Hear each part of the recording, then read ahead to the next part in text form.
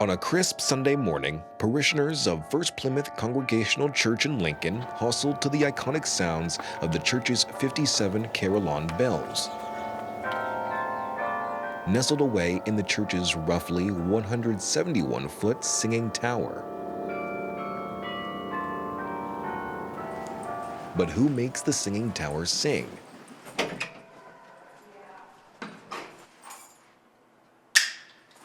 That would be this woman, Kathy Johnson, who at 74 years old still volunteers to climb the tower's roughly 100-step spiral staircase to play for regular services, weddings, concerts, and occasionally a funeral, and everything in between.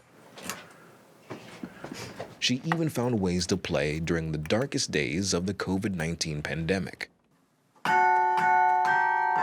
During the pandemic year, I played every Saturday evening, and that got people outside. They could sit in their, they call it Carillon in the car, so people could sit in their cars, be socially distanced, and listen to the Carillon, because it sounds for several miles out. First Plymouth music director Tom Trenny says those concerts brought the congregation together during a difficult time. I remember the first time our kids and we came to the concert. At the end of the concert, without any prompting, everybody just started honking their horns in celebration. And I remember tears streaming down my face after that because it felt like we were together. For Kathy, the church's Carillon is much more than just an instrument. It's where she first met First Plymouth's previous Carillon player and her future husband, the late Ray Johnson. Kathy moved to Lincoln in 1968 to teach music in public schools. During her first visit, she heard about a Carillon concert being hosted at First Plymouth, and, having never seen a Carillon before, the idea piqued her interest. Someone who's curious, I wanted to see what the Carillon was like. So I asked, can I see the instrument? And they said, go on up, follow that couple up there that was going up the steps. So I went up all the steps. I was in spiked high heels. I didn't know any better. And he was very nice, and he said, would you like to sit and watch? And I said, sure. And his name was Ray Johnson, and in the long run, he ended up being my husband.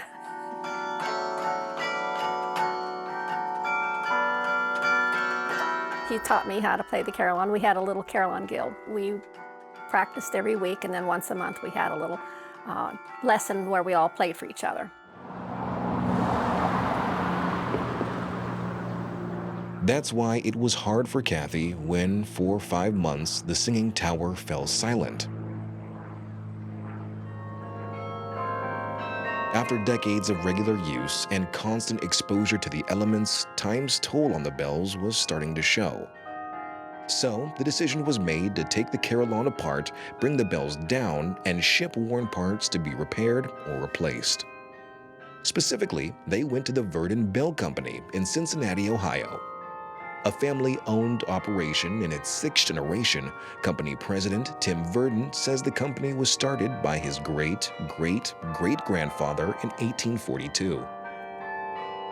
There's about 160 Carillons in the country, in the United States, and there's probably only a handful that we haven't worked on through the years. It was while doing some routine maintenance on the church's practice Carillon when Verdon says he noticed corrosion starting to set in. We used rigging equipment to lower the bells so that we were able to take apart part of the frame that hangs the bells. At the same time, we also removed all the internal clappers, the parts that make the bells ring.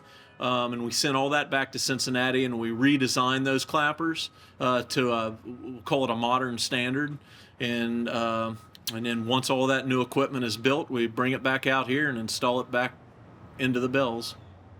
The part that actually rings the bell is called the clapper. It hangs from a headpiece inside the bell, and then the clapper hooks to the mechanical linkage that the carillonneur plays. So when they press the handle down on the keyboard, it pulls the clapper into the bell and rings it.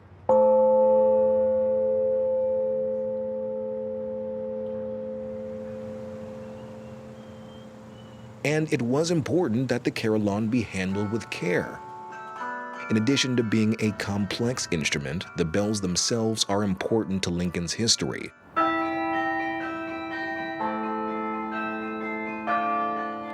First installed in 1931, when the surrounding area was just farmland, the bells of First Plymouth were purchased from a bell maker in Whitechapel, England, with donations from the community during the Great Depression.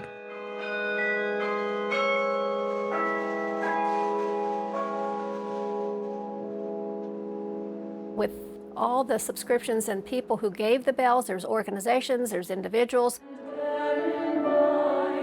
the university, Kiwanis, our church choirs, our Sunday school classes, and everybody chipped in throughout the community. So we say the bells are the community's, and we just house them.